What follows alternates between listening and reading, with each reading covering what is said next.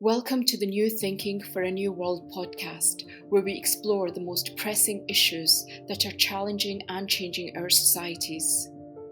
We are looking for new thinking and new solutions wherever we can find them. Listen as host Alan Stoga, the Thalberg Foundation's chairman, challenges his guests for analysis, ideas, and actions. Together, we can help make our world at least a bit better. The world is a mess. Climate change is producing dramatic, life-threatening weather. The far-from-over pandemic is birthing rising political and social unrest. Geopolitical shifts are producing new uncertainties about what the rules are, and even more fundamentally, about who will protect or even stand up for basic human rights around the world. In the midst of this firestorm, people are suffering. Climate migrants need to escape fires, hurricanes, floods. Economic migrants want better lives. Families flee wars and oppression. Where do they go and how do they get there? What rights do migrants seeking asylum, seeking safety have? And how can they find safe harbor in a world that seems increasingly uninterested in collaborative global solutions? My guests today are working to defend the legal rights of refugees and migrants as they cope with governments that would rather they just went away. Becca Heller is the co-founder and executive director of the International Refugee Assistance Project. Kristine Rembach is IRAP's Director of Complementary Pathways based in Berlin, Germany. Welcome. Thanks, Alan. We're happy to be here.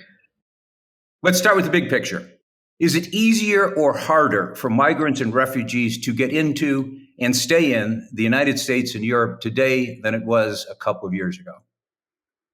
Becca, why don't you start? Sure. I'll speak to the U.S. and I'll let Kristine speak to Europe. I think it's easier in some ways, but mostly about the same. I think the Biden administration has talked a really good game about, being more generous and loosening some restrictions and overturning some of Trump's more offensive xenophobic policies. So, for example, you no longer have a Muslim ban. So hypothetically, you can get a visa to come here if you're Iranian or Sudanese. But at the same time, they've continued to use COVID as a reason to not let anyone in, ranging from, not letting in visitors to not letting anyone seek asylum at the southern border. So while a lot of things have been relaxed in theory, in practice, no one is really able to get to the U.S. to take advantage of the fact that policies are more relaxed. So I would argue that, in fact, not that much has changed in the past couple of years in the U.S., in spite of the transition in administration. Kristine, how about Europe? Yeah, I think with Europe, it's a bit of an easier answer, which is that it's definitely harder than it was several years ago. I think in the height of the quote unquote refugee crisis, there were well over 1 million refugees and migrants arriving in Europe. And since then, we've seen governments really reduce access to territory in the form of physical pushbacks, in considering offshore processing, in really intentionally increasing the inhospitability of points of arrival, with the purpose of deterring people from arriving. And then, of course, you have what's happening in the Mediterranean with sort of aiding the Libyan Coast Guard with interdicting boats and returning migrants to Libya and other places where they're suffering from human rights abuses. So I think that's been a pretty intentional policy of Europe to deter arrivals in Europe in the last several years. Let's back up half a step. Is it possible to put some numbers on what's going on today? Obviously, the southern border of the United States has been lit up. A lot of attention, a lot of movement. We've seen in Europe, the Channel, Lithuania, Belarus border, Spain, Morocco, the Mediterranean. The intensity of the news stories suggests that the numbers are rising. Are they actually rising? They are. I think they're not rising with the intensity that the news stories would suggest. I think that you see far-right parties in both the US and in Europe sort of seizing on this as a good wedge issue. And that has changed the narrative really significantly. You know, in the US, there's this whole debate about whether to even call what's happening at the southern border a crisis. And somehow the word crisis has become like very politically loaded in like a partisan way that will impact the midterms. So we can't even like use basic English to talk about what we mean there. And there has been a record number of arrests at the southern border. There are certainly more people than have been there in any year since 2000, and more people trying to flee. But I would argue that it's not at the magnitude that the anguish or hysteria in the press would suggest, and that is a narrative that is being sort of deliberately fanned by far-right parties who are hoping to make anti-immigrant sentiment turn into votes in elections. That said, and I want to move to Europe in a second, I saw some customs border data recently that if I was reading it correctly, and with the US Customs, you have no idea what you're actually looking at, something like 1 million plus apprehensions so far this year, fiscal year to date, which isn't a record. The record is back in 2005 and 6, but that's a big number. Yeah, I mean, the White House responded to that by saying that a lot of those are the same people who are trying to cross repeatedly. So that's like each of those is not like a unique apprehension of someone coming to the border. But like if someone tries to cross 8 times and we catch them 8 times, then it starts to add up pretty quickly. So part of the problem with these statistics is that like everyone has an incentive to sort of misdirect. And that's true of global refugee numbers also, right? Like refugee hosting countries like Jordan or Lebanon have an incentive to really inflate the number of refugees that they're hosting so that they can try to use that as a way to get international aid. And other countries might, like the US, for example, probably has an incentive to play down the number of people who are going to flee from Afghanistan or who have fled from Iraq. And so all of these, and then the UN, UNHCR has to fundraise off of these numbers. So they both want the numbers to be really big, but also they're not that good at actually keeping track of people or getting data. So I find it really difficult to like trust any given set of statistics. I do think it's clear that there are more people. I think at the US southern border, a lot of people were just waiting for Trump to leave office. Because he really successfully turned the southern border into a place where like you would get tortured if you showed up, right? He took the Geneva Convention and he turned it on his head. And he said, if you come here, we're going to separate you from your children and put you in prison and put your children in prison and expose you to COVID. And that was successful to some extent in deterring people from the border, although I would not argue that that is an effective or long-term border strategy. So I think some of that is like pent-up demand. But I also think that it's really hard to trust anyone's versions of the numbers. And the question is just like, is it more numbers than the system can handle? Like, are more people showing up than we can process? And the answer to that is no. Like, we could process them if we wanted to. We, in this case, is United States. I'm talking about the southern border. Yes. Like, it's not more people than we would need to do than we're capable of doing asylum interviews for example. Kristine, how about Europe? There has really been a significant decrease again since the peak of migration in 2015, when, as I mentioned, in the Mediterranean, you had over 1 million arrivals. There was really a quick decline after that, down 80% each year for 2016 and 2017. And now we're seeing a little bit of a rise again, but just for frame of reference, for Turkey to Greece, arrivals by boat were 850,000 in 2015 and 60,000 in 2019. So not counting 2020, which was of course affected by COVID, but really significantly lower. And seeing, as I said, a slight increase now, but not nearly the numbers that we were talking about before.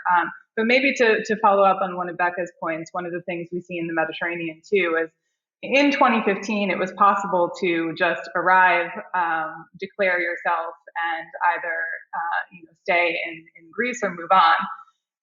Now that's not the case. So smugglers and traffickers have come up with a lot of different routes to get people. People are not declaring themselves in the numbers that they were. So I would say it's fair to say the numbers are significantly lower than they were. but also that we might not be counting everyone the same way that we were in the past. Let's stay in Europe for a second, because policy there has long been a struggle between what you might call the frontline states, the border states, and everybody else, with the European Commission, the European Union arguing that everyone should share in the solution, the border states agreeing wholeheartedly, and everybody else sort of saying, nah, not really. We won't take, in many cases, we don't want any of your refugees. What is the policy today? Yeah, I think the European Union has been trying for a number of years to reform the common European asylum system. That's the system that governs asylum across Europe. And those efforts have been unsuccessful for the reasons that you just mentioned, because you have a bunch of member states who all have differing incentives. And so getting them to agree on anything is nearly impossible when it comes to a highly polarizing issue like this. And so those efforts are continuing, but have not seen a lot of success recently. And so I think we need to look to, there are small examples of solidarity when we talk about disembarkation of some of the boats that have been rescued, and there have been some relocations to other member states. During COVID, there was a bit of agreement on relocation from the Greek hotspot islands due to COVID, especially for unaccompanied children. Some other member states agreed to take some of them in.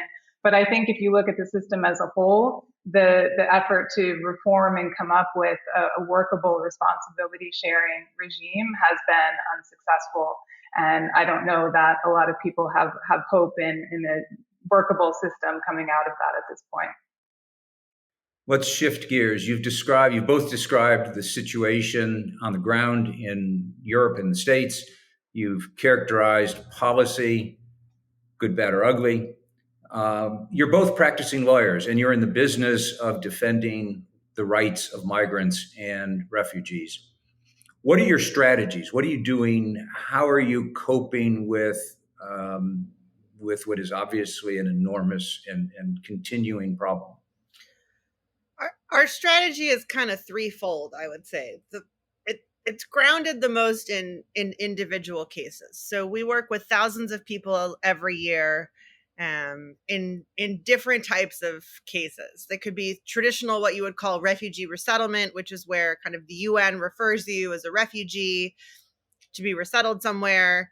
Kristine's title of Director of Complementary Pathways is a whole area that we came up with when the kind of backlash to the huge flows of 2015 started, when Trump was elected, when Brexit happened, when it became clear that traditional refugee resettlement was not going to be a viable option for lots of people. And we started to look at okay, well, what are other pathways that people can take? And we saw family reunification is a huge pathway that many people qualify for, but either don't know how to navigate or don't even know that they qualify for. There's things called humanitarian corridors. There's countries in Europe that have what are called asylum visas, which is like a special visa just to go to the country to apply for asylum. So, as the political winds shift, I think for us as lawyers, being aware that there are pathways that are not dependent on politics, that exist in the law sort of regardless of who's running a country and what their policies are, that we can continue to kind of help people down. Then our second strategy is that, in doing thousands of different types of cases every year, we figure out what in the system isn't working. And sometimes it's not working in a way that's illegal, and we can bring a lawsuit about it and make a court fix it. Sometimes it's not working in a way that's political, and so we need to do advocacy with legislatures or parliaments. And sometimes it's not working in a way that's more narrative. And so the third strategy for us, and one that we're just sort of starting to work on, is really trying to shift the narrative and try to kind of depoliticize this issue and show that it's not about terrorism, and it's not about victims, and it's about a mom who just wants to live in the same place as her kid. And try to sort of take some of the toxic political dialectic out of it that I think has been inserted, especially in the last 5 or 6 years. And that's a strategy that we're still trying to figure out, but that I feel like for the long term in this issue is really critical.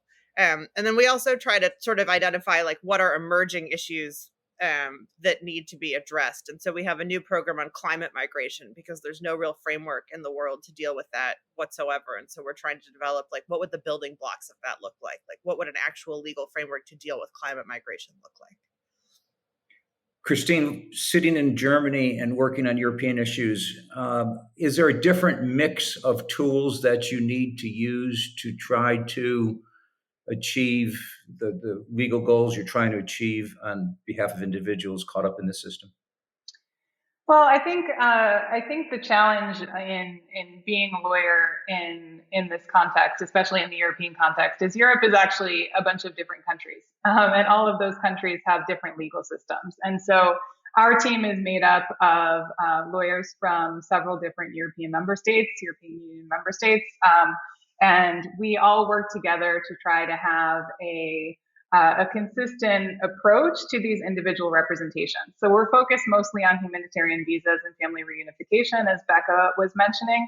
But the arguments that you make in each of those national contexts are going to be different. The pressure points are going to be different, and the policy problems that exist in each country are different. So they're within a common European framework, but you really have to be involved in the individual country's legal system. So that's something that we're building. And we're building it by involving lawyers from a variety of different contexts who have expertise in those particular systems. So we're able to represent individual clients in a variety of different countries, also litigate cases in the courts of a variety of different countries. And then as we look at the common issues across Europe, we're looking long-term at how those structural problems can be challenged at the European level, so in the European courts. So being able to draw experiences from a variety of different national contexts will inform our work at an EU level. There clearly are countries and politicians in parts of Europe that are making their bones opposing migrants of any kind or refugees of any kind. Are there any leaders you would point to at the national level doing the opposite, that are advocates for the kind of policies and kinds of programs for which you would advocate in Europe? I would say France has done a really good job of creating programs that allow new ways to access the territory. So I think the trend that we're seeing in Europe is really to prohibit access to the territory. So France has, for example, what's called the asylum visa, which Becca referenced before, which allows refugees who are under imminent threat to apply for permission to go to France for purposes of claiming asylum. This is something that not many countries in Europe have. They are allowed to have it, but they don't. And so this has been a program that's been helpful to a number of our clients. The other program that I would mention, which Becca also mentioned earlier, is Humanitarian Corridors, which is a program that is led by a number of faith-based organizations in Europe, where refugees are selected for relocation from countries of first asylum to Europe, mostly France and Italy at this point. And their reception and integration is handled by these organizations. So it's not a government-run program. It's more like a community-based resettlement program. And that's worked really well as well. So these are relatively small programs, but I think they're great examples for other countries to emulate. And I think they're reflective of a different approach than trying to prohibit all access to the territory. If you feel that the world lacks global leaders, please help support the Thalberg Foundation programs. Individual donations are being accepted at thalbergfoundation.org/donate. That's TALLBERG foundation.org/donate. Switching back to the States, Becca, you implied earlier that you had hoped for a significant change in American policy when the administration changed. And reading between the lines didn't seem to have happened. Is that because of the sheer magnitude of the problem, because of the mess that was inherited, or because these guys have a similar, if more eloquent and better communicated approach to migration as their predecessors? Why aren't you happier with the new guys? I mean, I think there's sort of two different questions there. One is, what are they doing that I don't like? And the second question is, why are they doing it? Right. Okay. I don't know if you're more interested in one than the other. No, I'd like both. Okay. So I think the thing that I am most recently seized of is the decision not to end Title 42 on the border. Which you need to explain what Title 42 is. So Title 42 is basically using the CDC, or the Center for Disease Control's power to say that COVID means we need to close the border.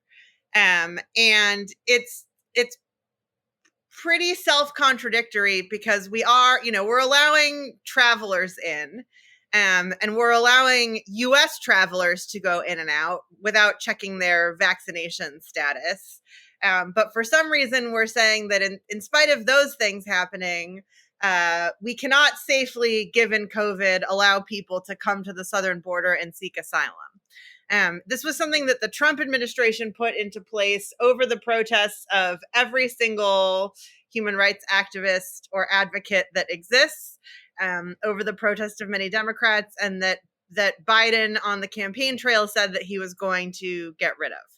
The ACLU also has a lawsuit specifically on behalf of families who show up at the border, saying that if a family shows up at the border seeking asylum, it's inhumane to use this title to prevent them from asking for asylum. And I will say that to show up to a border seeking asylum is a fundamental provision of international law that has existed since 1951. It's very old and well documented and well enshrined. So it's very much like the Trump administration sort of using the pandemic as an excuse to continue to just eat away at the Geneva Convention. So Biden came into office promising that he was going to stop doing this. Sort of stop using the excuse of the pandemic to turn people away on the border. And to the extent that he convinced the ACLU to stay their lawsuit, meaning that they would sort of temporarily pause pursuing their litigation, as a recognition of the good faith efforts on the part of the Biden administration to figure out a way to repeal Title 42. And the deadline that they had set was the end of July. And in May and June, we started to hear rumors that, it might be that they only repeal Title 42 for families, because families are the subject of the lawsuit. Maybe they won't repeal it for all vulnerable adults. And that seemed bad enough. And then the end of July rolled around, and they decided not to repeal Title 42 for anyone, but to leave it completely in place. And so, I mean, if I were the ACLU, I'd be really angry that I didn't litigate this for 8 months when I could have been. But we have a legal aid project that we're doing on the border, and there's just a huge backlog of people that desperately need to get in, including people who are really in danger, even in Mexico, and who now continue to not be able to apply for asylum. And this is sort of one of the gems in Stephen Miller's crown of xenophobic Trump policies that the Biden administration spent, 7 months studying, and then at the end of the day decided to keep. And so that's the thing I'm not happy with. The second question as to why they would decide to keep that, I think I would argue is their own repeated misreading of immigration and politics. I think that this administration cares about the midterms more than anything else. And I think that the Republicans in the US have made it very clear that they intend to use the border as a cudgel in the midterm elections. And I think that has scared the Biden administration into backing off of a lot of campaign promises, including increasing the refugee number, by the way. Kristine, do the European governments, European bureaucrats watch the US? Does it matter at all to Europe's policy what either President Trump or President Biden does or doesn't do? I have not heard any discussion about U.S. immigration policy here in Europe, except from the perspective of criticizing it. And I think, with the exception of the border, which is a big thing that we've been talking about, I think that the issues that were facing Europe and the U.S. were quite different. A lot of what the Trump administration was doing was visa bans, the Muslim ban, those kinds of entry restrictions, where Europe was faced with an influx of people arriving in various different places at its borders and seeking to claim asylum. So I think the conversation has been different. I think the conversation here is a lot about responsibility sharing, as we were talking about before, about how the European states can interact with each other. And, I think what the U.S. is doing is important insofar as I don't know the answer to that question, I guess I would say. Which is an answer in and of itself, because it suggests leadership, good, bad, or ugly, doesn't exist on this issue. Yeah, absolutely. I mean, I would say what we're seeing is a race to the bottom, like, especially in the European context. The US is now an actor in that. It's like, how much can we reduce, especially when we're talking about the right to claim asylum? It's like, how much can we crack down on this before we actually just destroy the convention itself? Yeah, I think they use each other as excuses, right? So like when, even during like the Biden transition team, when they were looking at like different ways to treat the US-Mexico border, they were looking to Europe for examples of like, oh, wait, are there examples of where people have shown up at the border and they haven't given them asylum? There are, right? Because Europe has also been sort of eroding the norms of the Geneva Convention. So I think Kristine's description of a race to the bottom is pretty true. I think, it could be reversed. There have been times in the past where like the US has been a leader in refugee resettlement and has used our soft power to encourage other countries to make similar commitments, where like the US and Canada have teamed up to do that. There's some movement happening around that with something called community and private sponsorship, which is where like individual groups of people come together to sponsor refugees, which is a program that's pretty well developed in Canada that they're now sort of trying to export to European countries and the United States. But I definitely think at this point, it's sort of looking to each other and saying like, who's gotten far enough in sort of violating international law that we can also violate it and make sure that we'll have impunity. Let's go back to the pandemic. You've touched on it through Title 42, but the bumper sticker for the pandemic was we're all in it together, even though the reality was completely the opposite. Two questions. You guys are on the ground dealing with this stuff day to day in the context of migration. Were you surprised that the gut reaction was nationalistic rather than global? And is there any reason in what you see to think we might shift gears, particularly with regard to migration? I was not surprised. I would argue that it wasn't even nationalistic. I mean, I think, the US is a really, really big country. So in Europe, where countries are quite literally smaller, it may have been different, but in the US it was very regionalistic. And you can see that now when you look at a map of where the outbreaks are, and it's sort of tracks regional politics and reactions to the vaccine. But I think that when faced with a threat, period, there's always a tendency to go inward, and to think that you're defending yourself. And I think there's something existential about, when faced with a threat like COVID that could literally kill you, you want to think that you have control. So you draw sort of smaller and smaller circles around the thing that you're trying to protect to give you some semblance of a sense of control over the thing. And if you say like, oh, I'm responsible for COVID in the whole world, I think that makes people feel really overwhelmed. But if you just say like, I'm responsible for my household, or I only have to worry about my street or my town or my state, it makes you feel more in control. And I think where you're seeing this play out right now is with vaccine distribution, right? I mean, there was like a rash of articles yesterday, the WHO is calling on countries not to use booster shots, because so many countries don't even have enough vaccine for people to get a first vaccine, and we have vaccines sort of literally like expiring on the shelves. So I don't think it's a hopeful picture for sort of globally coming together in the face of threats. But I would suggest that the hope for migration is that it need not be viewed as a threat.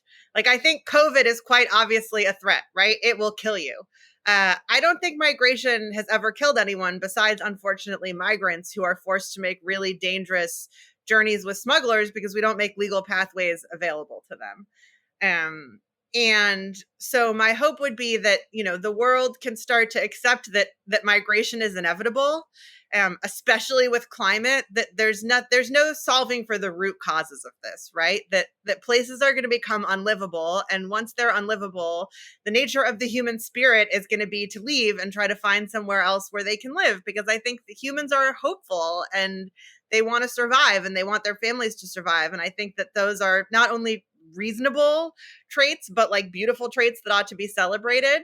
And so I think once we accept that like the mass movement of humans is inevitable, if we can make systems to try to process that in an orderly way, it's beneficial for the individuals who need to leave, because they can cross regularly. They don't have to undertake these sort of risking their life journeys on a boat, or risking getting trafficking or separating themselves from their kids.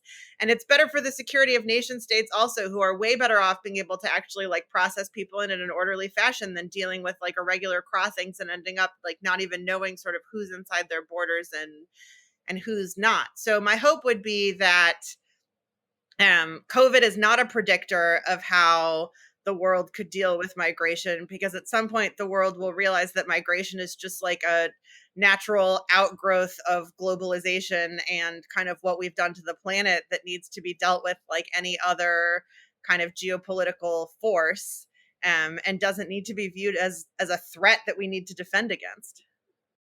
Where does the leadership come from to accomplish the kinds of things that you both individually like to see happen, as Becca just articulated, and that arguably ought to happen? Things don't just spontaneously get better. They usually require leadership. And this seems to be an issue that is remarkably lacking consistent, effective moral leadership. I think a lot of what Becca has been talking about narratives shift is really important here, because there needs to be a recognition at some point that migrants and refugees, quote unquote, whatever we want to call them or label them, are humans who are making rational decisions. And they're making decisions amongst the choices that they have.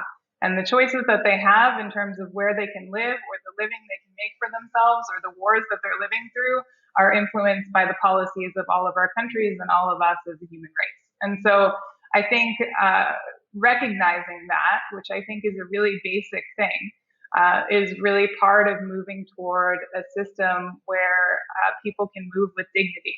So I don't think that really answered your question in terms of political leadership, but I think changing the narrative amongst individuals and communities who are talking about these issues and who are electing their leaders will be a big part of that. Becca? I don't know that I think there's a good like top-down leader, and I know you've been searching for that a little bit in this conversation, like asking, who in Europe is like good on this issue, and do I like what the Biden administration is doing? But I do think there is a collective we that's trying to like move the needle on this, which is more movement oriented. That there are like a lot of groups that are springing up, that there's philanthropy that's springing up around this that hasn't been interested in this before, that there's a huge portion of civil society sort of all over the world that's trying to work on this issue, that there's better collaboration between climate groups and immigration groups around like climate migration issues. While I think that we haven't really permeated to like leaders of nation states as yet, like I do think that there's a we. And I think that there's increasing interest in civil society groups in trying to address this, and an increasing recognition that the major, the first major implication of climate change that we're going to see is human displacement, and that we have to start dealing with that, we as a people of the earth who want to continue inhabiting it. Let me thank you on behalf of the Telberg Foundation for the work you are doing. We, in this case, the Telberg Foundation, very much appreciate it. And I firmly believe you're on the right path. There just needs to be more of you. So again, Kristine, thank you. Becca, thank you. And thank you for the conversation. Thanks so much for having us. Thank you for having us. It was great to be here. Thank you for joining us. Please rate our show on Apple Podcast and subscribe. Meanwhile, you can find us on Facebook, Twitter, and Instagram, or you can subscribe to our newsletter at talbergfoundation.org to learn more about our work. That's TALLBERG foundation.org. Thank you, and we'll be back again next week for another episode of Talberg's New Thinking for a New World. This podcast was brought to you through the generous support of SNF, the Stavros Niarchos Foundation.